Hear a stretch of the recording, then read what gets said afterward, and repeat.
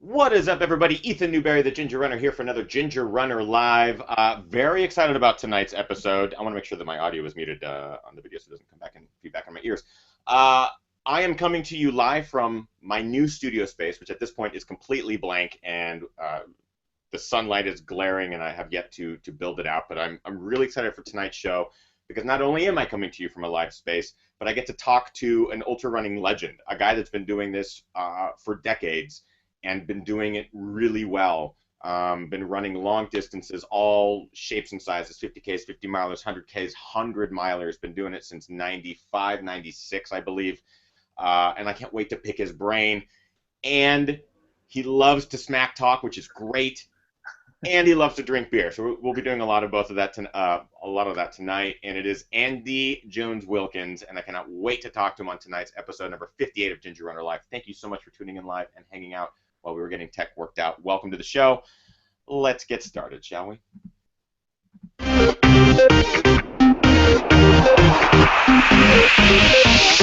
Ginger Runner. Yes. Welcome to Ginger Runner Live. A whole new era of Ginger Runner stuff is starting tonight. New studio, new Ginger Runner hat, which I'll be talking about later in the show. And a guest tonight that I've been wanting to talk to forever. I have not met him in person before, so this is kind of our first virtual meeting. I can't wait to pick his brain. If you guys have questions, if you're watching live, please ask them in the chat room because I'm going to relay them to Andy Jones-Wilkins as soon as possible throughout tonight's show. I'm going to keep my eye on the live chat room. That's where I'm looking at down here. But let me introduce him. Very excited to talk to him, Mr. Andy Jones-Wilkins. What's up, buddy? Thank you for joining. Hey, how's it going, Ethan? Great to be here, man. Yeah.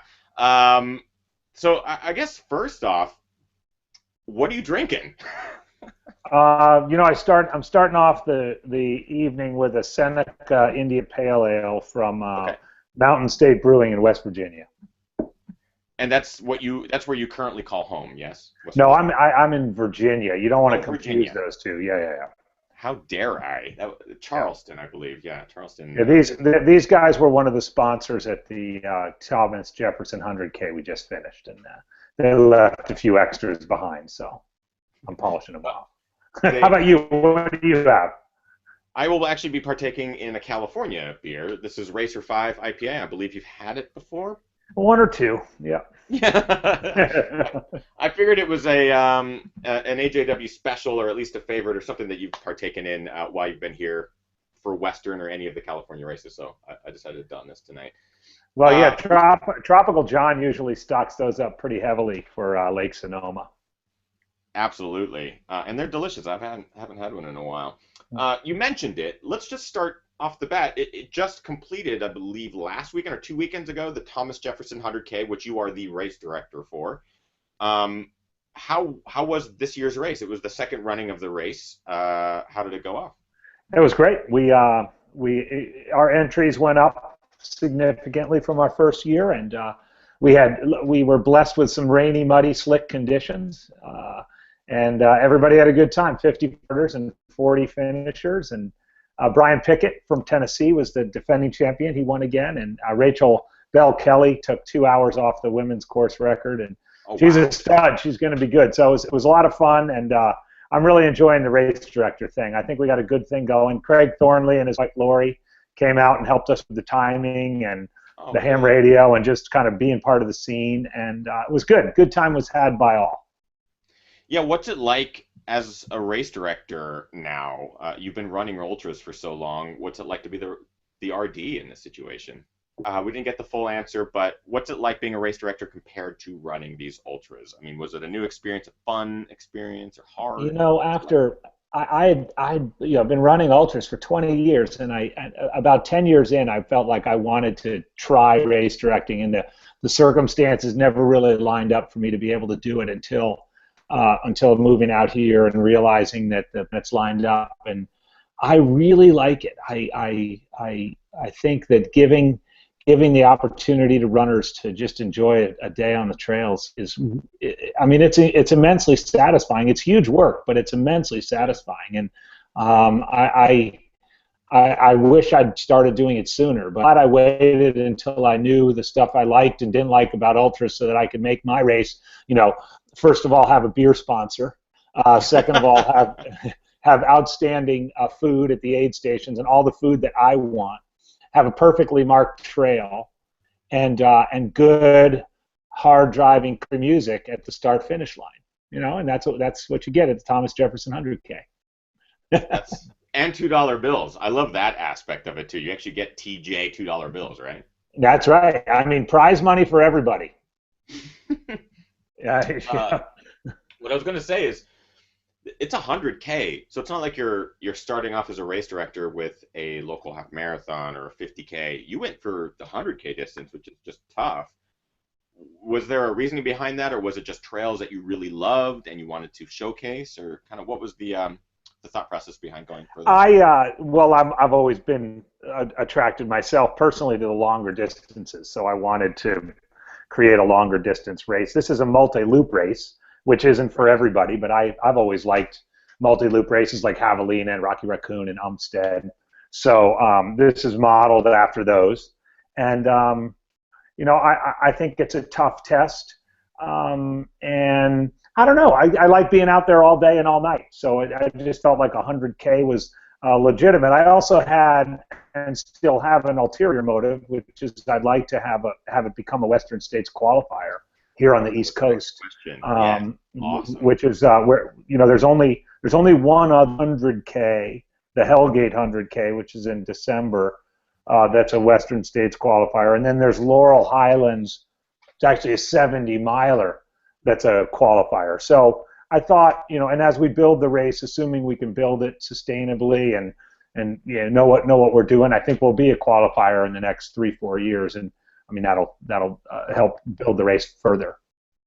Was there anything that you didn't realize happened behind the scenes as a race director compared to when you were racing a race? Any more appreciation for anything? You really need to kiss the volunteer's ass. You really need to build your volunteer base. And I don't mean kiss ass in a bad way. I mean, you need to take care of your volunteers, make sure they're appreciated, make sure they have what they need, maintain real close communication with them. You can't just say, hey, we're having a race next week, come on down. It takes a lot more to run a race than I thought it did as a runner, and especially on the volunteer side. Did you kind of call on Craig and other race directors for advice or knowledge at any point? Yeah, definitely. Craig I leaned on a lot, as well as John Medinger, who I've known for 20 years. It's back when he was the original Miwok or second Miwok race director, and all the years he did Quad Dipsy, and when I was in the Bay Area. So those two guys really gave me a lot of insight into what to be careful to pay attention to, the things that you may not think are going to be issues that are issues. And a little bit, too, out here in the East, David Horton and Clark Zeeland, who are two of the local Virginia race directors, provided perspective on dealing with the state agencies and that sort of stuff, which I was pretty clueless about also. Yeah, was that, I always have wondered about that, is getting permits and that kind of thing, was it a huge hassle for you? Well, the thing that's a hassle about it is no one, you say to a regular old parks guy, yeah, we want to have a race and it's going to be 62 miles and it's going to go all night, and they just look at you like you have two heads. Right. They can do 5Ks and 10Ks, but they're like, you mean these people are going to be running all day and all night? I mean, what happens if they die? They ask questions like that, and well, we'll take them out if they die. We won't leave them here. Yeah. But that would be bad. It would get smelly. It'd get. Yeah. We don't want to leave. We're not going to leave the dead bodies out on the trail. We promise you that. There's been a lot of talk actually out here on the West Coast. There's been some debate and some politics around the PCT being maybe off limits to future running races, and already existing races that run on the PCT potentially losing their permits and stuff like that. Where do you stand on that sort of thing? Are you of the mindset that trails should be open to everybody of all sports, or are you like, yes, let's save some of these sacred trails that have been here long before any of us have existed? you know, there's a soft spot in my heart for the PCT. The first race I ever won, which was called at the time Where's Waldo 100K. Now it's called Waldo 100K. Has a huge section along the PCT. Then, you know, the Mount Hood 50, which goes up and back to Timberline Lodge in Oregon. Amazing mile race. Down south, I don't know if they still do it, but a couple of the races down there always use the PCT. There was an original San Diego 50, and even Angeles Crest. I mean, my first 100. I love you go through a couple of the. Yeah, Angeles Crest in 2000, my first 100. Wow! How did I not realize that? You picked a tough one. Jeez. Yeah, so I digress a second, but I lived in Phoenix in the late 90s and into 2000, and I hooked up. You know, it's only 6 hours to LA, so I hooked up with the group of guys, mainly the San Diego guys, Tom Nielsen and Ben Hyen, and there were a bunch of them at the time, Tracy Moore. And just got hooked on AC. In fact, I think I did one AC before my first Western States, but I did 4 ACs before I really started breaking into having success at Western States. In fact, I still got to go back and do a few more Angeles Crest, because that's a pure point-to-point race. It's really easy to crew. When my wife was crewing me then, our kids were little. I mean, the first time I ran AC, Logan was in a stroller and Carson was in a backpack. It was awesome. So, I mean, if the PCT gets closed down the races, it's just, I'll always be emotional about it, if nothing else. Now, the other thing I'll say, though, you know, the Appalachian Trail back here, they did that 20 so years ago, and the only organized race that's on the AT right now is JFK, and they're grandfathered in because they were, you know, they're 50 years old. You know, we run a lot of beneficial things that, you know, group runs, 30, 40 runners that take in the AT. But honestly, I'd like to see, I'd like the troops rally to defeat that bill, because I think the PCT is a place that ought to be run both leisurely and competitively. Yeah, it's one of those places that to me is the same as you. It has a special place. Growing up in the Northwest, it's a completely different. I mean, it's probably a lot like the AT in that every state it travels through, it's a completely different experience. California starts in the desert and it's hot and humid and exposed, but then travels through the Sierras and then NorCal. I mean, it has a special place, and I'm with you on that same boat. We had a question in the chat room. I'm kind of fielding these as we scroll through. I'm just making sure the internet is solid, too. We want to make sure that we can hear Andy throughout the whole show. This is from Kemosabi75 for you, AJW. What's the most annoying thing that runners bring to your attention as a race director on race day that could be avoided? The parking lot was too dark when we got here. Was one. Oh my god! Oh my god! You get that complaint? I can't believe. Did they have the lamps, or are they just using like their iPhones? I mean, it might not be. Maybe it's the grumpy spouse who had to get there at 4 in the morning. I don't know. Sure. But that was an interesting one this year. Well, I mean, what do you say to that? You say, yeah, sure, next year I'll turn the lights. Yeah, right. We'll put lights in the parking lot so you can, but I'd say also, is there a dry, it's like pouring rain, is there a dry place where I can put my stuff and it'll stay dry all day? I guess that's not really annoying, but it's kind of hard to. You're a Pacific Northwestern. I mean, you kind of just if it's a rainy race, it's a rainy race, man. You just gotta suck it up and go. So I I haven't. I will say this: you ought to have Thornley on the show one of these days because he Oh can. yes. The complaints he has could fill an encyclopedia. That would be awesome to get like you and Craig on and just talk about here are the common questions that we need to avoid from. Yeah, that would be good. That would be good. So we can talk about TJ 100K some more. I definitely want to send people to the website so they can figure out how they can register for next year's race if the registration's available yet, or at least find out more info. But one of the main reasons I wanted you on the show is because I know you're a character. You're every interview that I've watched of yours on I Run Far with Brian, it's like this guy's hilarious. You've been running ultras for 20 years now. Yeah. You've won. You've almost run 100 ultras. More than 12% of which you have won. Another 20 to 25% of which you have placed in the top 3. And you started at the same age that I started. So that's kind of why I'm like, man, this is who I want to be, in the sense that you have been running like strongly since the beginning. So really, what I would love to talk about is how do you have? I mean, it's a tough kind of question to ask, but do you have any secrets to the longevity of ultra running? Yeah. You've been able to do it for so long. Was there anything strategy-wise or training-wise that you've kind of taken into practice that has allowed you to do so? Well, I never thought I would run 100-mile races for 15 years. So I did my first in 2000, and I just finished Grindstone a couple of months ago, and that was my second 114. I'm taking the year off this year for all kinds of reasons, but I hope to run more hundreds in the future. I think the one piece was and has been all along. I kind of go with. I definitely go with the flow with how I feel. I've had years where I've had crappy races and they still ended up okay, and then I've had good races that surprised me.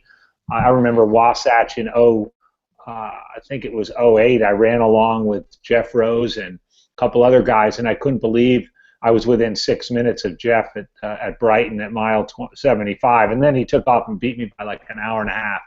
But I think the key is for longevity at least, is to take the good with the bad. When it's going good, go for it. Some of my glory years, I was doing 400s a year and being able to recover and bounce back. And then I had some shitty years where it took me 8 weeks to recover from Western States, literally not running a day for 8 weeks. But largely it was like I had the patience to say, okay, I'm feeling good, I'm going to ride it, or I'm feeling crappy, and I'm going to have to chill out. But the other key to longevity is eventually being able to run races as training runs. Getting to the point, especially as I was, when I did a long-term goal, which was like after my 5th Western States, my long-term goal was getting 10. It was all about which you just did, by the way. Right. Can I show you my buckle? Yes, please. This is one of the things you want. Right. So this is I thought I might have the time to plug this buckle. This is a 10-day 1,000-mile buckle, and it was my goal starting in like 2007.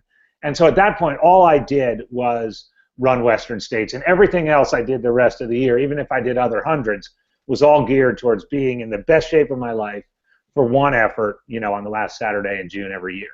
Even up to the point where I was not competitive anymore. When my top 10 streak ended and I wasn't able to get a spot that way, I was just, I was wanting to be at top-notch shape then. And that meant, running very little in December and January, being caught up in social runs or running the run that everybody else wanted to do, or doing stupid shit in training, doing basically 6 weeks of speed work and maybe 8 weeks of tempo runs going into a race, and having the confidence that once it got right down to the wire, I'd be ready to go. And I think what the key to longevity is, and maybe it's cliche, is just having patience. If you want to run, if you start running in 2012 and you want to be running still well in 2030, there's no rush.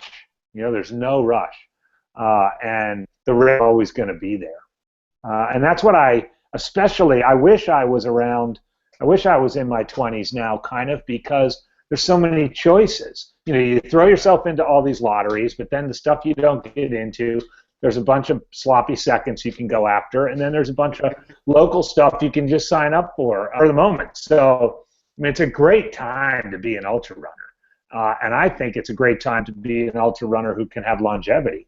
But it takes patience, it takes a positive attitude, it takes taking the good with the bad, you know. You also have to get some wake-up calls. I mean, 2004, I ended up in the hospital for 8 days with acute renal failure after Angeles Crest, and the only thing that kept me from, my wife was ready to say, no more, no more, and I had to be really, really careful. And a scare like that, when the doctor says, well, look, we're not talking about whether you want another 100. We're talking about whether you want to run. Your kidneys shut down. Now, fortunately, for 10 years since, I've been good, but I continue to get my blood tested and all of that, make sure my kidneys are working. And that was a definite wake-up call 10 years in, that I think helped the next 10 years become that much more meaningful for me. That's incredible. I didn't know about the renal failure year. I'm assuming that was a really hot AC year. I mean, AC is hot notoriously, but... Well, no, the worst thing about it, you know what it was, Ethan, is I was in second place at Sam Merrill, mile 89. And Guillermo Medina, I don't know if you've run into Guillermo at all. He's an old rival of Jorge, and he just finished his 10th AC, I think, last year or the year before. Into Sam Merrill, that climb is just a freaking bear up to Sam Merrill. It's nasty. Yeah. I got in right when he was leaving, and he was in the lead. And I hammered that downhill into all the way down to the railroad grade, and then what Larry Gasson calls the Rob Lowe Memorial Railroad grade, and then all the way down the Millard Campground, and my quads were just freaking shot. So I mean, that's a steep, fairly technical downhill, very fast. It comes late in the race, but you can book that thing, and you can, yeah. I was grabbing shrubs. I saw, you can see the dust, so the guy's close because I saw the dust. Yes. Well, I finish, and it didn't catch Guillermo. About 4 hours later, I go into the porta potty, take a piss, and it's freaking coffee. And I thought, oh, I'm screwed. And I tried to battle through, but and we didn't have the research we have now on rhabdo and kidney failure, but 5-6 years later, still feeling fevery symptoms and everything, off to the hospital. 8 days in Oakland, Kaiser Permanente, 36, this might be a record, 36 liters of sodium bicarbonate. I looked like the Michelin Man before it finally cleared out. Oh, that sounds horrific. Yeah, it was pretty nasty. How long until you actually got back to running, or was it one of those scenarios where you weren't worried about when, you were just worried about surviving? Well, I've told this story a lot. My wife made me go see a kidney doctor when all was said and done. A kidney doctor said, well, you can do two things. When you start to feel this acute pain, you can actually slow down and let your muscles recover, or you can train harder so that this doesn't happen again. And frankly, Ethan, AC was in September back then.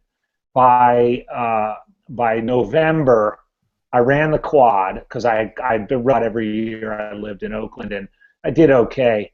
But I just ran it as a training run. But I was building back up in January and February, and by March, I felt like, okay, I think I can give Western States a go. And that's how I ended up finishing second that year. I mean, it was my best placing at Western States. And it was kind of because I think I was running smarter because I was scared I might start pissing coffee again. And so maybe a little bit of fear in the context of a race like that is okay.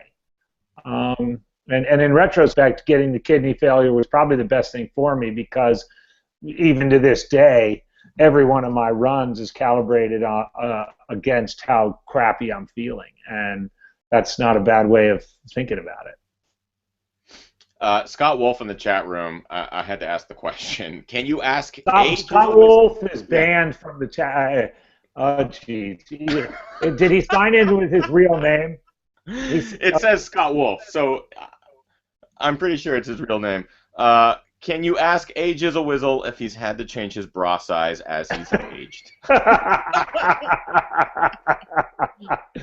Yeah, I have, but I like to think it cuts down on the chafing if it's a little bit baggier, and all I have to do is tighten up my my heart rate monitor strap, and it counterbalances the fact that my cup size may have gotten from a B to a C. Well,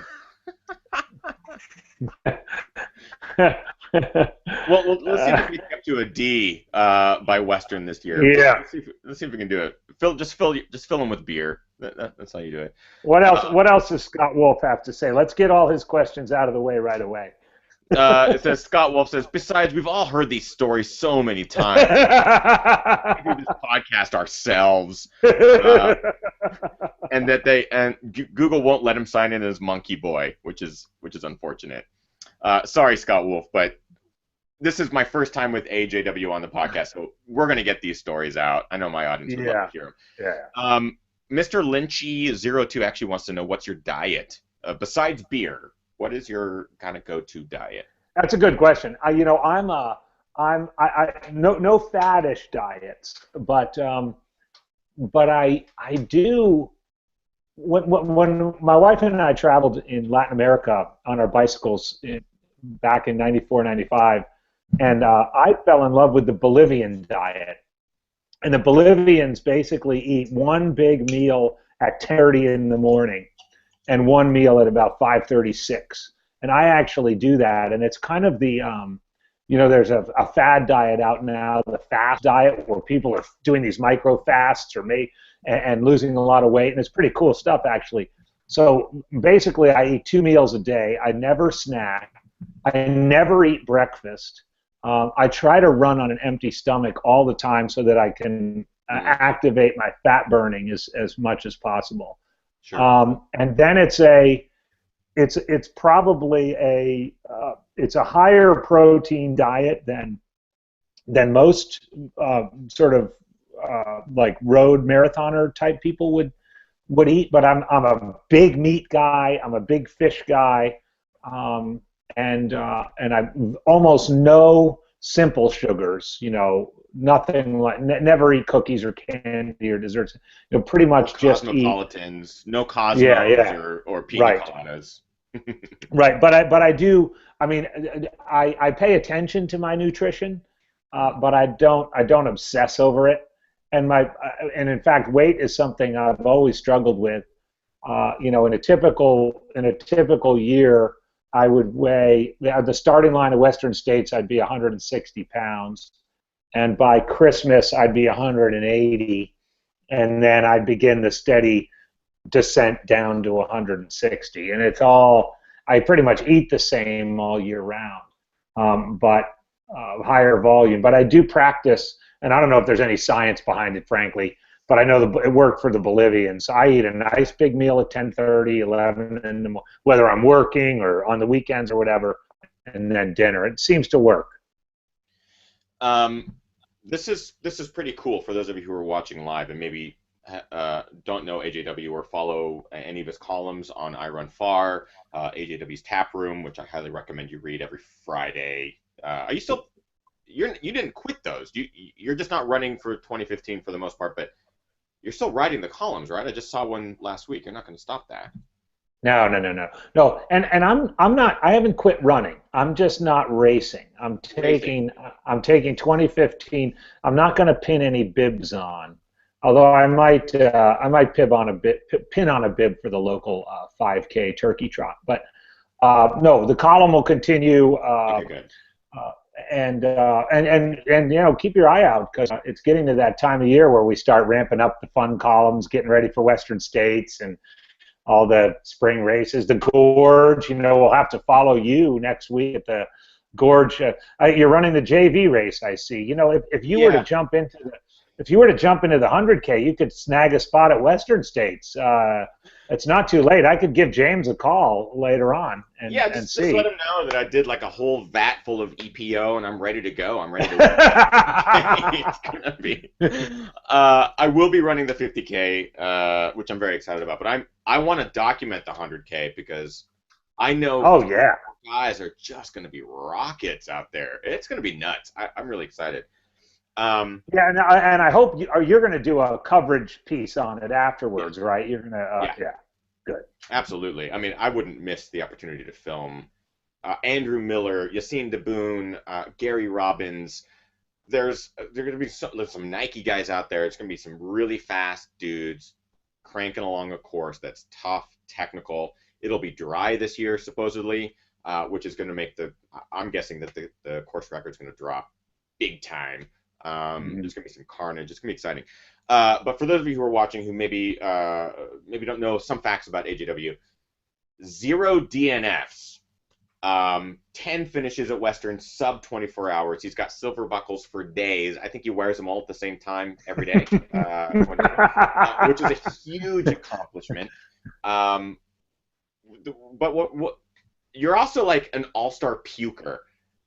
I found you years ago by watching videos online of like, I want to research ultras, and the first video that I ever found was you puking at Leadville 100, and it is glorious. Yeah, it's a beautiful film of just pure vomit. What do you mentally go through or physically go through when you're in those places that are very low during a 100-miler or a long ultra, but yet you manage to push through and finish the race? What sort of advice can you give some of the viewers here that can help them push through those moments of darkness? Well, I should say that YouTube, it goes through little viral incarnations. It was 2009. I was paced by Kevin Sullivan, who had been a top 10er at Western States earlier in the summer. I was running my third 100 that year. I did Western States, Hard Rock, and Leadville. I don't know what possessed me to do that. And we were out on the pavement after the fish hatchery, and I had gone to the aid station, and I was just throwing all kinds of shit in my mouth, I don't know what. And we were about 5 minutes out, and I just let it all rip and just puked. I've puked. Running tally, I've probably puked at half of my hundreds. So I've done 3100s, probably puked at half of them. Not every time has something come out. I remember Grand Teton, Brian Powell was pacing me at Grand Teton in 07, and he said it sounded like a grizzly bear mating call, just like, and you imagine some people out, camping somewhere. They're like, what the hell is that? So, I was actually expecting you to say, come have sex with me. Come have sex with me. That's what I thought. All right. But I also remember a time at AC down in Idle Hour. That's where ultra runners go to die, the vortex where there's all the poison oak, and I was leaving Idle Hour, and I had some stupid concoction of like chicken broth, Mountain Dew, and M&Ms, and I went across that little bridge. Craig Thornley was pacing me, and I just let it rip. And he was like, dude, at least put it over the edge of the bridge. Puke all over the bridge. So I moved over and puked over the edge of the bridge, and sort of like, okay, and then you get that post-puke euphoria. So I was like, dude, we got to make this 10 count, So we ran hard for 10 minutes, and then he's like, okay, take an S-cap, take a gel, you got to start over. And I think the thing about puke that, first of all, you have to embrace it. Puking is something from when we were little kids, right? When you puke, that means you're going to stay home from school. That means you're going to cry. That means your mom's going to give you ginger ale and warm washcloths in your neck. And well, that's not what happens when you puke in an ultra. When you puke in an ultra, it's like it's revitalizing and invigorating, and it's a cleansing. And I think what happens to a lot of people when their stomachs go south is that all the rest of the crap, it just becomes worse. It's like it's as if it's a rainy day and it's just going to rain for the next 48 hours. Okay. And what I've found, at least with puking, is you have to turn it into a plus. It's like, hey, my stomach's empty now. I can start over. I'm at mile 78 of Leadville, but now I can just put and just start moving again. So, I mean, to anybody out there who wants to run a 100-miler and thinks you're going to be able to, have an iron stomach through my life, I mean, I know those guys are out there, and bless their hearts. But eventually it's going to happen, and when it happens, if you can boot and rally, it's going to be better for it. The people are already commenting on it in the chat room. I've made it very obvious in this podcast and in numerous episodes. Andy, I hate puking. A lot of people are afraid of heights. A lot of people are afraid of spiders.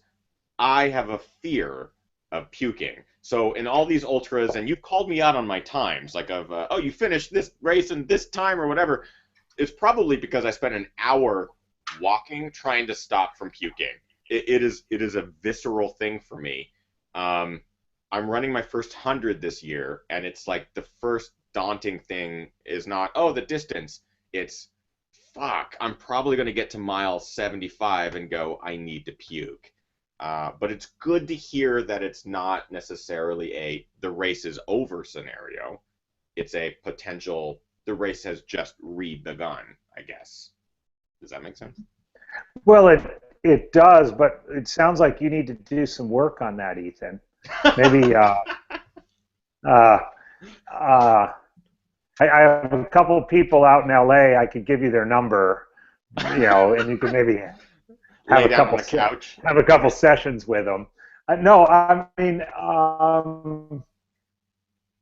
yeah. If you have that, what's it going to be? Cascade? Is that what you're doing for your first time? Cascade Crest. Yeah. Oh, you're going to puke, man.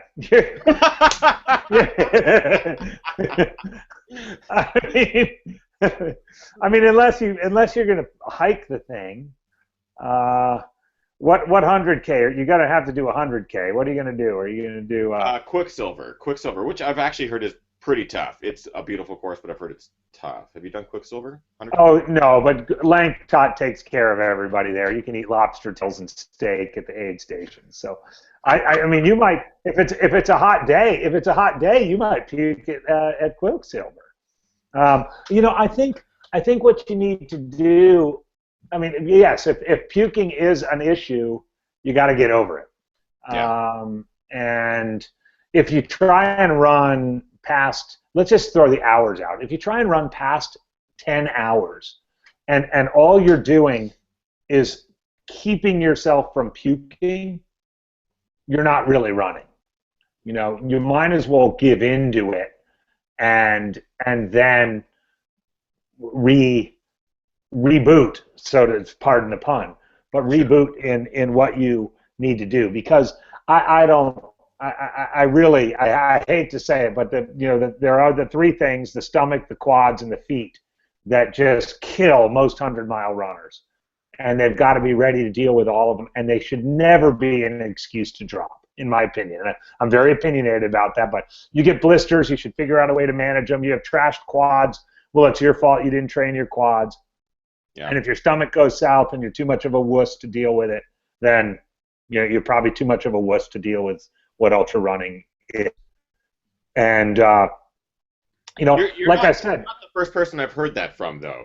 I've heard multiple people say the exact same thing about quads and feet. Those are usually the first to go. If the stomach goes, that is the true testament to an ultra runner, is someone that can just get over it and continue to push on. Even if it goes south, you're able to work out, oh, maybe it's a salt thing or a water thing or a food thing, but then you work it out and you continue on. I mean, you're testament to that. 20 years of ultra running. Yeah. You know what's happened for a first timer like you gotta worry about the stomach issues happening between like mile 30 and 35 and 60. I found at Western States all these years I would after Robinson Flat at mile 30 through about Forest Hill, most of the people I would pass are pukers, and they're either puking and they're going to drop, or they're puking and they just need to regroup. Yeah. But it's usually from going out too fast. It's running the first 30 as if it's a 50K, right. and then of course, as soon as you try and take solid food in, or as soon as your body really starts to try and burn fat, or whatever the hell happens when you get past 10 hours, you know, you can't train for it, right? Who here goes out for an 80-mile training run just to feel like what it's going to feel like when they get to 100? No. So that's the stomach is the great equalizer. I mean, honestly, that's really the only reason I've been successful in 100-mile races, is I just slow down less than the other guys, or at least did back in the day, because I could throw up, or I could deal with a nutrition problem and keep going relatively quickly. And so then every so often I'd have a race like 2005 Western States, 2007 Western States. For whatever reason, I never puked, and they were the best races of my life, even 2011. 2011, your best time, right? That was your best year there? It was my best time, and it was good enough for 9th place. That's actually a good indication of how the times have changed in my career. In 2005, 17:07 was good enough for 2nd. In 2011, 16:39 was only good for 9th. Yeah. That's crazy how much that race has changed, and it will continue to change. Yeah. To completely kind of go in another direction, you kind of made me think about that.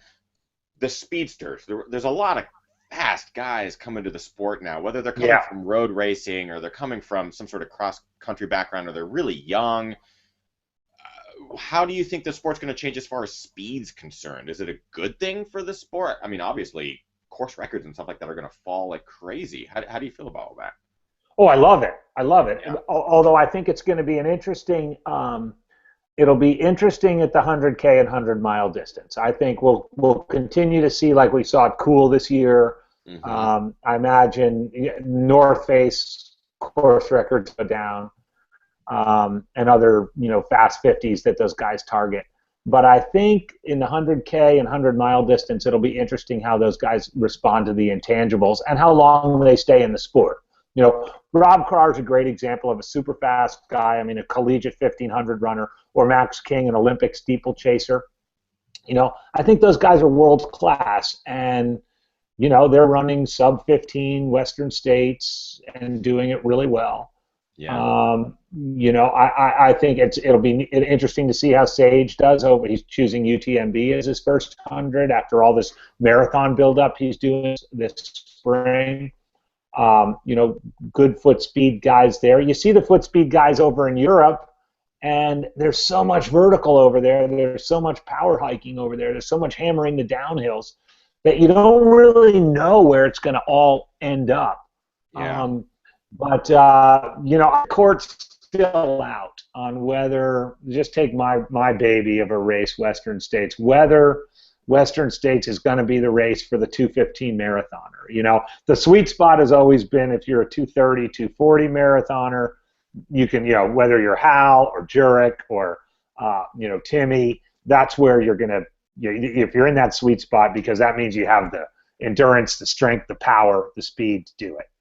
If a 215 guy shows up there and able to pull off a 1350 in a benign year, then that'll be amazing. But until that happens, I think I'll continue to be the old curmudgeon who says, the super fast guys are going to have to kind of pay their dues and learn how to run slow. Because the trail from Squaw to Forest Hill is littered with broken dreams of fast marathoners who've gone out too hard and shat the bed. Completely shat the bed. It's almost a microcosm for Los Angeles in and of itself as well. Here, I have so many questions in the chat room. I'm going to try to field some of them from earlier on. Let me just kind of throw them at you. Andy, give me 1 second. Raul Engel says, AGW, speaking of longevity, which elite ultra runner do you think is doing it right, and why? In the current batch of elite? I would say current batch of elites, yeah. Yeah, yeah. Well, Ian Sharman, he got hit with an injury this past fall, I think a stress fracture, but he's sitting on 5 top tens in a row at Western States.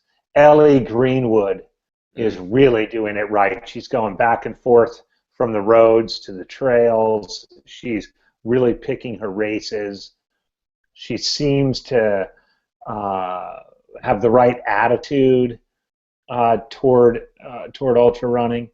I'm a I huge think Ellie fan. I'm Yeah, a huge. I love her. She's great. I think on the cusp is Dylan Bauman. He knows, he respects the whole history. He only ran 5 races last year when there were guys doing 10 and 11. He's really thinking about what he wants to do and why he wants to do it. But the court's still out because you never know what pressures might be inflicted on him. And then possibly a junior Ellie is Stephanie Howe, and Stephanie's rise has really been meteoric. I had the honor to run with her at a training run we ran in early May on the Western States course, and it was a bunch of experienced 100-mile Western States people in her, and I was very impressed. She kept talking about how she was going to bail on the run. It was a 52-mile run, and she never bailed on it, and kept going to the end. And I kind of knew at the time. And by the way, Eric Skadden and I dropped off the back, and we limped up to the cars in the dark. But she showed me that day that she kind of had what it took to win Western States, and she actually won Western States with, I think, less experience than any other winner since maybe Annette Bednarski back in 2004 on the women's side. So those would be 4 to answer that question: 2 on the guys' side, 2 on the women's side. But I'd have to put Rob Krar in there as well. Rob has an interesting story and a very, very interesting attitude towards running. But I think he's doing it right. I don't see in any of those 5, whether it's Ian, Dylan, or Rob, and then Ellie and Stephanie, I don't see them getting quickly into burnout because they're able to zoom out a little bit and take care of themselves and take care of what they're doing. So there's 5 right there. Now I'm not going to put anybody else, but the history has shown that you go look at the top 10 at Western States from 2010 and check and see who else is still even running ultras. And it's a telltale sign that you get a quick kind of career in this sport, and some people deal with it better than others. Yeah, that was actually something that I don't know if we tweeted back and forth or something. You had me go back and look at the top 10 ultra runners of the year for the last 5 or 6 years or something, and I did it, and it was like, oh, these names, they change so frequently, right? That longevity thing is such a part of the equation that a lot of these elites and fast guys and girls just don't take into consideration. Is like, hey, look at the bigger picture here. This is from Robbie Run, AGW. How has your running career supported you in being a leader and educator of young people? Because I know that you run a school. Are you the head of the school or a teacher? Yeah, I'm the head of a small private school here in Virginia. I think what it's taught me is the importance of. I wrote a series in the tap room about this last year. In metacognitive or non-cognitive skills that we don't necessarily give credence to in education, or at least that public education, when there's no child left behind and state standards and so forth. I would say running has taught me the importance of perseverance, of balance, of patience, of having a positive attitude, of seeing things, starting what you finish. We see youth protected by their parents, insulated from all that stuff, insulated from failure. You know what? My first Western States, I shat the bed. 7 hours from the river to the finish. Now, I know for some people, 7 hours from the river to the finish would be, a respectable thing to do. But, that was a failure to me. I was limping in. My flashlight, by the way, that was back when we still had flashlights. My flashlight went dead. It was just a nightmare. I took that failure. I said, I'm not even going back to Western States until I can figure out how to do this. I think kids these days, and I know I sound like an old curmudgeon, but I'm an educator too, they need to know failure. They need to embrace failure. They need to actually pay attention to it. And we need to knock some sense into their parents to say, look, it's okay if your kid falls down, he suffers, he has a tough time, he breaks up with his girlfriend, he has a bad relationship with the teacher, because the big wide world out there is going to smack you down. And I think that ultra running, particularly running 100-mile races and suffering through the misery of that, has taught me the value of that. Certainly I impart that on my own kids, some of whom I have 3 children, 2 of whom are runners. One's not a runner, but he's an athlete. And it's like, no one's going to cut you a break. No one's going to cut you a break when you roll into Handy's, the Grouse Gulch aid station, and you're at Hard Rock and you're 5 minutes away from the cutoff. You're going to have to just keep rolling. Yeah. So those are the lessons, I think, that are enduring and that go way beyond just ultramarathon running. They go to life. Now, you actually, what do your kids think about your ultra running career? Are they big fans of you going out and running 100-mile races? Are they worried about you at all? Are they there to crew you? Oh yeah, well, my family's grown up crewing me. They, in fact, they're a little bit bummed about Western States this year because they're not. I'm not running, but they're going to be. Well, they're all going to be out. It's funny because my middle son Logan is a competitive junior cyclist, and the national junior championships are in Lake Tahoe, and they're on the week preceding Western States, so we'll be out there anyway for that. But the thing about the boys and Shelley is it's since the beginning, it's been something that our family, that's what we do. In the summertime, we go on the road. We run Western States, or we run Hard Rock, or we travel around running races. And I think Logan, for sure, the middle one, he wants to run Western States someday. He's paced me a couple times, and he probably will.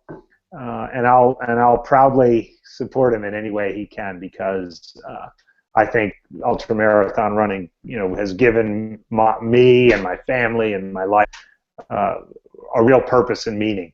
In a time, by the way, when the country and the world sometimes lacks purpose and meaning, and so it's nice to have that.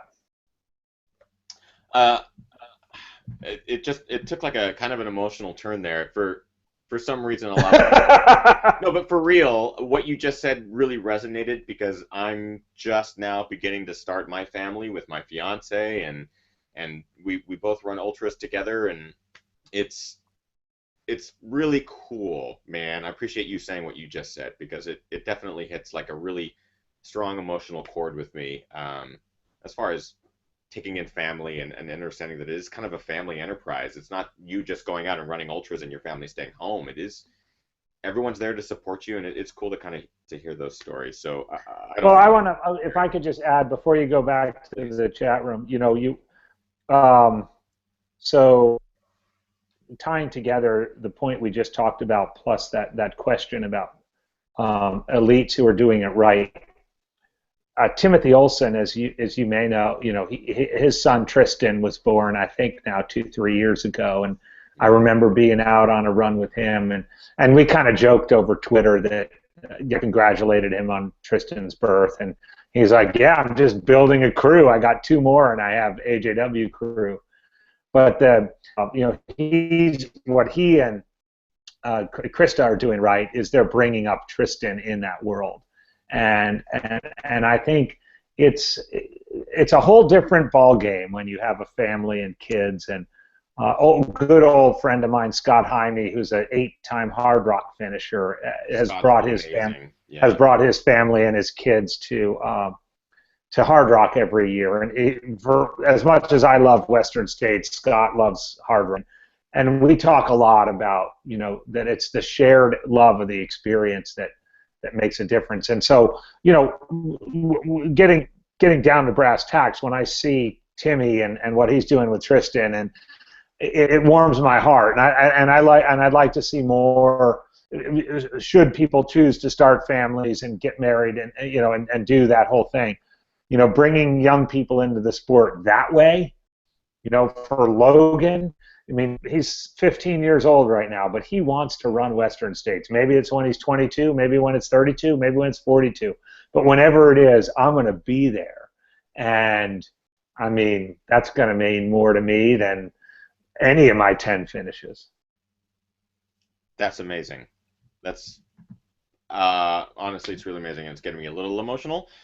Before we get the Ginger to cry tears of blood, because it's super hot here in Southern California, we're going to wrap up the main show, but I want to move into a post show because there's still a number of questions I still have to ask from the chat room. But before we move into the post show, of course, I have to ask Andy.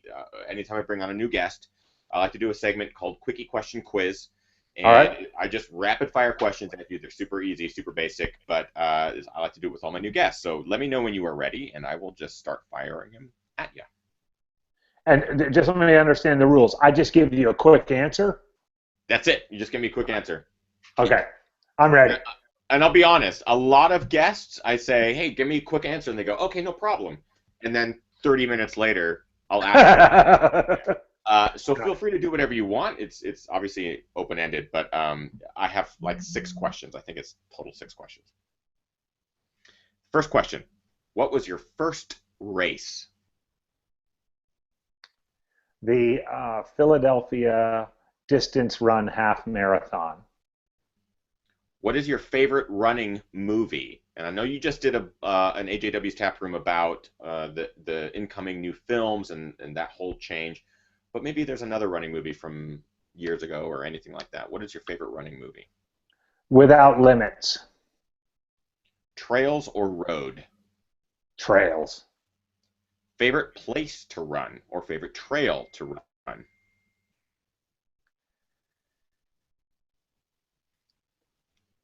Oop, I think we might have just. Are you there, Andy? I am. I want to get it exactly right. Okay. From Last Chance to Michigan Bluff on the Western States Trail. Favorite post-race indulgence? Sierra Nevada. Nice. I know it's not fancy, but it's my beer, and I'm sticking to it. Stick to it. What are your current running kicks? I'm running in the Hoka Challengers. What do you think of the ATRs? I like them. Although I like the Cliftons better. Yes. Yeah. I agree. I totally agree. Those would be great Western shoes, by the way. Oh, yeah. And finally, who is your favorite Ginger live podcast tonight from 6 to 7 p.m. Pacific Standard Time? AJW. That's correct answer. Everybody, I appreciate you tuning in live. Stick around. We're going to move into the post show. This is for YouTube viewers and live viewers and post show viewers only. Andy, I want to give you a chance to kind of plug your social networks as well as talk about the TJ100K website. Let people know where to go for that. So where can people find you or that race online? Well, TJ100K.com is our website, and the race goes off. Third running will be March 12th, 2015. Registration opens on Ultra Sign Up December 1st. We're getting more and more popular every year. You can follow me on Twitter, A Jones-Wilkins. Every so often I start talking smack on there. Friend me on Facebook and read my ruminations every Friday on AJW's at I Run Far. And stay tuned because April 1st is just around the corner. Can't wait. And don't forget to also follow the hashtag #CUInSquaw, because I think 98% of it is Andy Jones-Wilkins' tweets. So just follow the hashtag, and you'll be able to see a lot of his thoughts. True that. I can't wait to meet you in person, hopefully at Western States this year, if not sooner. You're a fantastic guest, man. Thank you so much for joining me tonight. We're going to move into the post show. Andy, stick around. Live audience, stick around. I have many questions more to ask him, but we're going to do that in the post show. So thank you so much for tuning in. Don't forget, you can follow me on all the social networks. Over on Twitter, it's at The Ginger Runner. Facebook, it's The Ginger Runner. On Instagram, it's at Ethan Newberry, and gingerrunner.com. Subscribe every Monday, new live shows, and every Friday, new films or reviews or, regular content. And you're going to want to follow, because you might get a chance to get one of these, as well as some other swag that I'm giving away. Big announcement this Friday. I said it last week, but it's actually this Friday. So stick around for the post show, everybody, with Andy Jones-Wilkins. It's going to be great.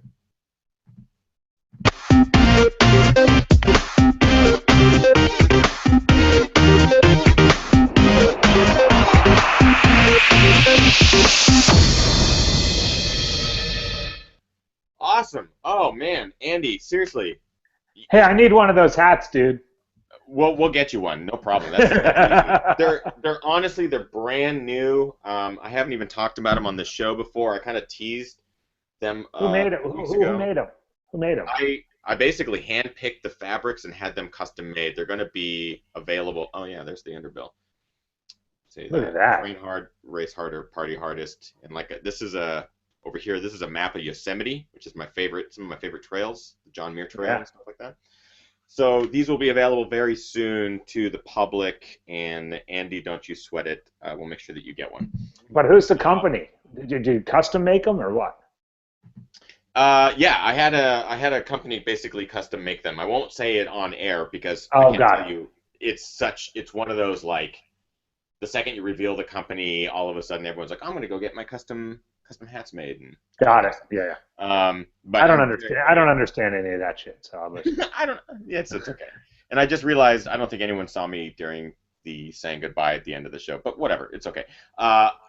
This was a really great show, Andy, and I can't thank you enough for just dropping knowledge. It was like World War II in here, and the bombs were going off. The knowledge bombs, that is. That was a horrible reference. Can't believe I said that. So I'm going to kind of go through some questions that were asked during the live show, but I was unable to ask just for time restraints. We had a question from, Executs987. Are West Coast races and East Coast races two different worlds? What are the scenes like? Since you've been able to race both. Yeah, I think people are a little hung up on that, actually. Okay. Certainly there's a lot more runners out west, and the events tend to be higher profile and get all kinds of play. But I've been both coasts and lots of places, and I think the fact that there's an attempt to make it sort of a stratified thing is unfortunate. I think the races in Washington are very different than the races in California, and they're very different than the races in New Mexico. And there might be races in Virginia that are a lot like the races in California, and races in Vermont that are a lot like the races in Washington. So I think that making it a bi-coastal fight is stupid. I think there's a lot of bitterness in the community, a feeling that the country's tilted to the left when it comes to who gets favored in ultra running or who ends up having the spoils. But I tell you what, having been in East Coast running now for 4 years, the events are great, the people are great, everything about East Coast ultra running is every bit as good as West Coast ultra running and Central Midwest ultra running and Texas ultra running. And I think we ought to celebrate more the love of the sport and what we're doing than where we're from. Cool. Now, that said, and I've been open with Craig and other people, Craig Thornley and other people in the industry about Western states in particular, and Hard Rock as well, that in terms of the qualifying business, it would be great to have a Montreal Ultra Cup race in the East. Mm-hmm. I'd love for the Thomas Jefferson 100K to be that someday. It would be great for there to be there's only one Hard Rock qualifier in the East right now, Grindstone 100. Right. Maybe that's the only one there deserves to be, but so I think there's lure. The big events, the two big hundreds, are in the West, of course, and in France, and so I think it's a matter of ultra running is ultra running, and I've been running these things for 20 years in all parts of the country. I've never run internationally, but all parts of the country, and it's the same people, the same love, the same ethos that we all love. Get over the rivalry. I love that. We just had a question pop in from Casey Lichtig, who I know I've been following you guys on Twitter the last couple of days. She asks, "What's your take on You Are Madness?" Oh, good. Well, I'll give you a little bit of my take, but before I do that, I'm squared off against Laz in the Elite 8 in the RD Fitness bracket, and Laz is, as Casey I'm sure knows, is the race director of Barkley. Yeah. And an aid station garbage can spends a fair amount of time at Barkley. But I wanted to show the viewers something that Laz doesn't have. In fact, I think I'm the only male runner who has been on both the front and back cover of the same issue of Ultrarunning. So I'm not using Photoshop. This is the September 2008 Ultrarunning, Casey. There I am on the front. That's my son Logan, who's now the cyclist who wants to run Western States. That's so Vermont awesome. 100. You notice my bib number. Okay. Can you read that, Ethan? There you go. And then here I am in a Succeed ad on the back. Runner who's been on the front and back of Ultrarunning magazine is Ann Trayson. Wow. And that's saying something. So Laz, you're going down, buddy. You're going down because I want to meet Monkey Boy in the Final Four. But that's my take on You Are Madness. It was a huge epic battle to bring down Thornley, but I did, and now I've survived and move on. Now I get a piece of Laz. So that's my thinking on You Are Madness. Rob Ricardo, AJW, you mentioned you lived in Phoenix for a bit, and you've obviously run in California a lot. Question, where is your favorite place to train? West Coast, desert, mountains, or Virginia? Oh, my favorite place to train is the Western States Trail. So let's just put that. So even when I lived in the Bay Area, my favorite place to train, I would drive up hours and do training runs out of Auburn, and so bar none, the Western States Trail. But if you separate that, since everyone knows my passion, my obsession with Western States, I could pick quadrants of the country, but I love up in Oregon. I love both the Mackenzie River Trail outside of Eugene and the Deschutes River. My in-laws live in Bend, and it's a good ultra running community in Bend with Browning and Bean and others. I love the Deschutes River Trail there. Bay Area really. I happen to enjoy the East Bay trails. I have a sweet spot in my heart for the East Ridge Trail going down into the canyon there, right out of Skyline Gate, and running through those huge redwoods. Love training there. There's plenty of vertical that you can get done there. And then on the AC course and in San Gabriel's, the San Gabriel's are so underrated. You can get anything you want there in the San Gabriel's. And Phoenix, yeah, absolutely. I mean, on all four corners of the Valley of the Sun, even though it's expanded, you got parks on all four sides where you can train. So I love that quadrant. I think I found Virginia has everything. There's not much south because it gets flat, and not much north because it's so damn rocky. Right. Kind of cold and snowy and muddy all the time. Yeah, and by the way, if you need to go, Andy, just let me know. Give me the No, signal. I'm good. No, I'm good. Give me the I gotta go signal. Because I feel like we could talk all night. But I totally agree with you that I feel like there's the quadrants, and every one of them has that just glorious trail scene, and it's really cool to see. I can't wait to race on the East Coast. I haven't raced on any of those trails on the East Coast, but hearing about the TJ 100K and your experiences race directing, and I've seen pictures and stuff that you posted and stuff. It's just blown my mind. I can't wait to get out there and race. John Onate says, do you think removing mandatory weight checks at aid stations in Western States 100 will factor into breaking the course record? If so, how much do you think it will factor? No. I don't think the front guys are going to be impacted by it. If your weight's down too much, you're gonna fade.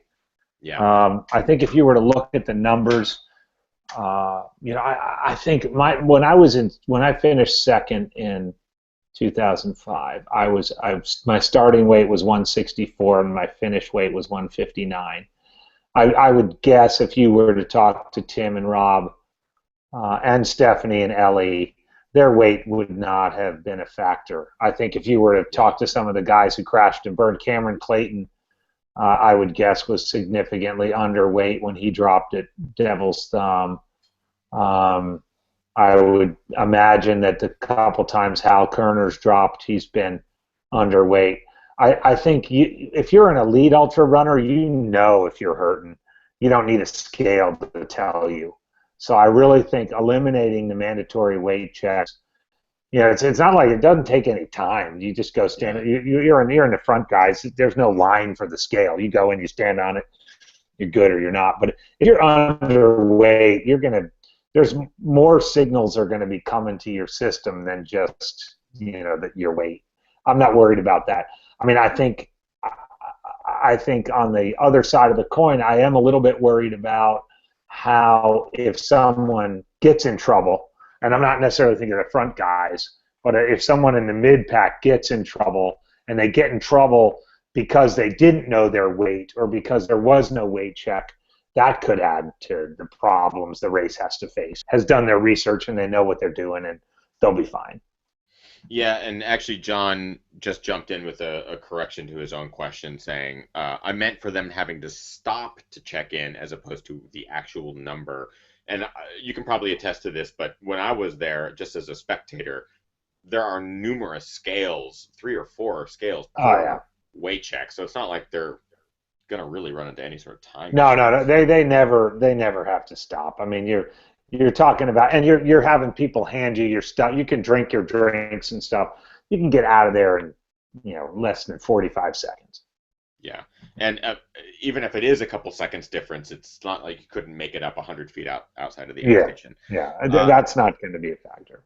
I agree. At 614 Trail Runner, I'm sorry, I have to lean down to the computer. AJW, you've seen a lot of new runners over the last 15 years, and pick a Rookie of the Year each year. What qualities do you admire most in a new ultra runner? Yeah, well, I've picked Rookies of the Year the last few, and it's been fun to do.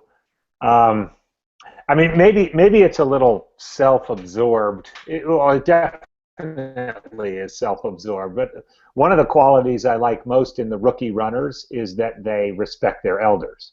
Mm-hmm. So Casey, who asked a question earlier, is a great example. I mean, she really soaks it all in and respects ultra running for what it is, and knows that it's this mysterious thing where you can look at anybody's Twitter feed and Facebook, and you can go till you're blue in the face, but until you sit down and actually talk to an experienced pro, you're not gonna, but that's how someone overachieves in the sport, is they really pay attention to the detail. And that's the other thing, the qualities, the newbies who come in and just say, oh, I ran a 2:30 marathon, I should be able to kill this thing at North Face. and they limp in 54th place, and they haven't listened to that. So there's a part of that, but then there's also the part of the fact that it's a pretty shallow, it's a learning curve that you have to let happen.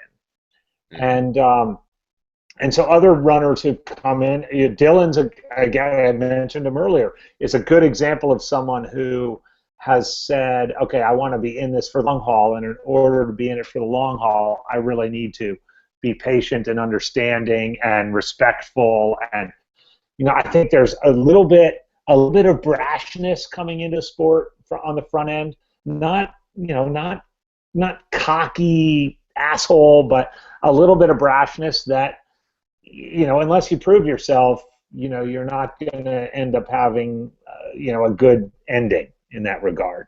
So I really value those folks who listen more than they talk. I mean, I'm a talker, no doubt, but I've been doing it for 20 years, and what the hell? I'm not going to win any races.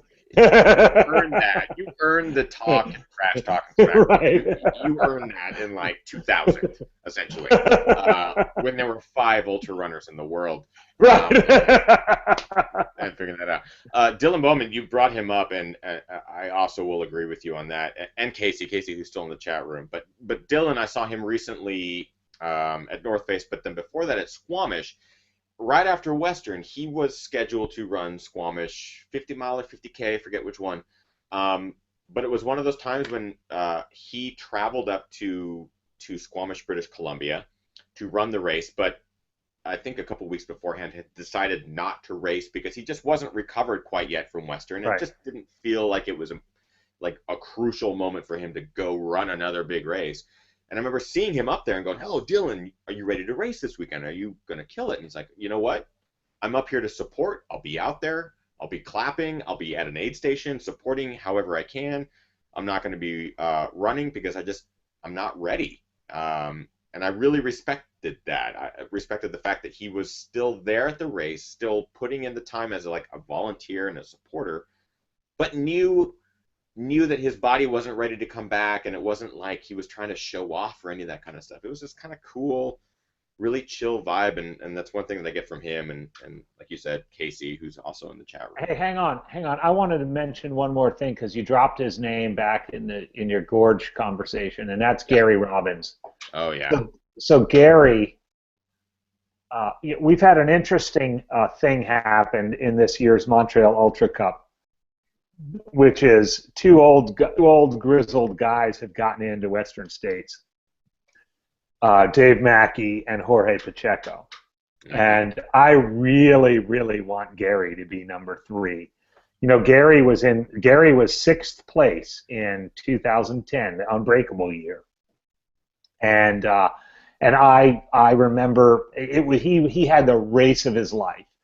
And since then he's had mixed results and this and that. He's killed some stuff. He's had some great races out at Hurt in Hawaii. But that's a guy who you can't help but root for that dude. And so you're just mentioning British Columbia and runners who he's not a newbie, but if you want to learn from runners, you're sitting here talking to me, but you talk to Jorge Pacheco, Dave Mackey, and Gary Robbins, you'll learn everything you need to know. And I wish him all the luck, and I hope you get a chance to follow him around when you're up there next weekend, because that dude's first class. I've had him on the show a number of times. I am a huge Gary Robbins fan, and anytime I can email him or call him or get in touch with him, I do, because I've even asked him to pace me at Cascade Crest 100 because he was 2nd place last year. He's got the experience. Yeah. He knows what it's like. He knows what it is like to suffer and suffer bad. I mean, he's incredibly good at really tough technical races. I'm a huge Gary Robbins fan. If I had any choice for what happened or how it laid out at Gorge 100K this weekend, I want Gary to win. One, because I'm a big fan of his, but also because I want to see him go back to Western. I want to see him earn that Montreal Cup ticket get to Western and just rock it again. I would love to see that happen. Yeah. So we'll see how it unfolds. JEL says, hey, AJW, what is the biggest mistake you've made during a race? And if you were in the same situation, what would you have done differently? Oh, God, that's easy. 2006 Western States, I felt blisters coming at like mile 12. I felt hot spots on my feet. I should have changed out my socks, changed out my shoes, and I didn't, and I regret it. I mean, my feet were just trashed. I was running on stumps all day. You know, here I am, the guy's feet, quads, and stomach should never cost a race. But back in 2006, it was really hot. It was wet. You know, we had to keep ourselves wet all day because it was so hot. My feet were trashed. By Robinson Flat, you know, it was the damage had been done. Biggest mistake is not taking care of problems before they become real problems. And frankly, that's kind of true for life, right? Absolutely. But you got it. You feel that little spot. You feel that little, you get that rock in your shoe, you take it out. You feel your nipple starting to chafe, you deal with it. You feel a little grumbly in your stomach, you eat some solid food. You feel like, oh my God, you know, it's hotter than I thought it was going to be. Grab a third bottle. You know, do what it takes to problem solve before the problems become unsolvable. You have to take a poop 1 or 7 Take a poop. Like Alex Farner.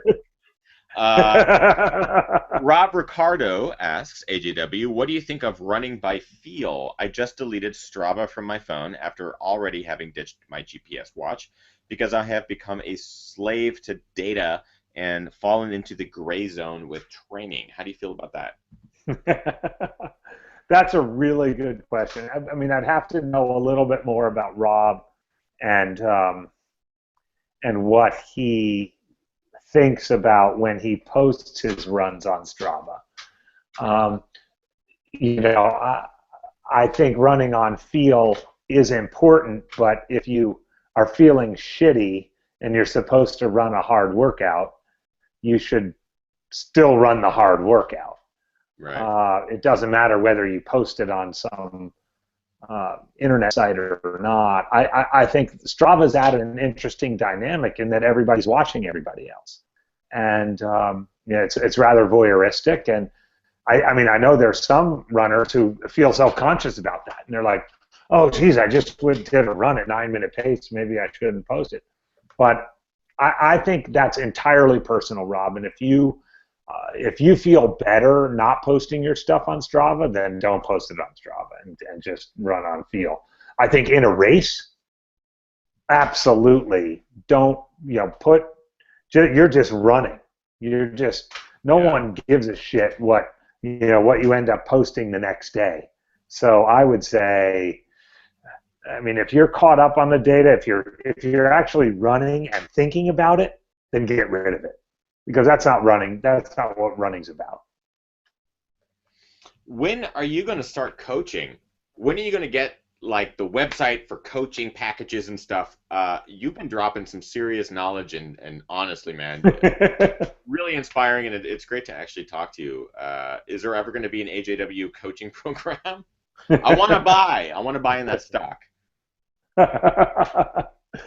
Well, I do coach. I do coach a few runners from time to time, specifically for Western States. I've got three runners who I'm working with now. But yeah, I'd like to grow that. I think I'm a little bit old school, so I might need still to refine my vision of what it means to be a successful Western States runner. But Ethan, I promise, if you ever qualify and get into the race, let's talk. Quicksilver will hopefully be my qualifier, and obviously it's a 10-year plan where I will try to qualify every single year and apply every single year. And the year that I'm in, obviously you're the first person I'm going to go to. And then the first thing we'll do is go to puking school. I think I'll be actually in attendance to that school well before I get into Western. I have a feeling it's going to happen Quicksilver or Cascade Crest or every race this year. Now that we've talked about it on the show, it's already set that red carpet out. It's going to happen. Thanks a lot, AJW. There you go. Cheers. I can't believe it. I've already had 3 beers, and it's going to happen tonight. I appreciate that. You guys are fantastic for watching live, those of you who have been tuning into tonight's show.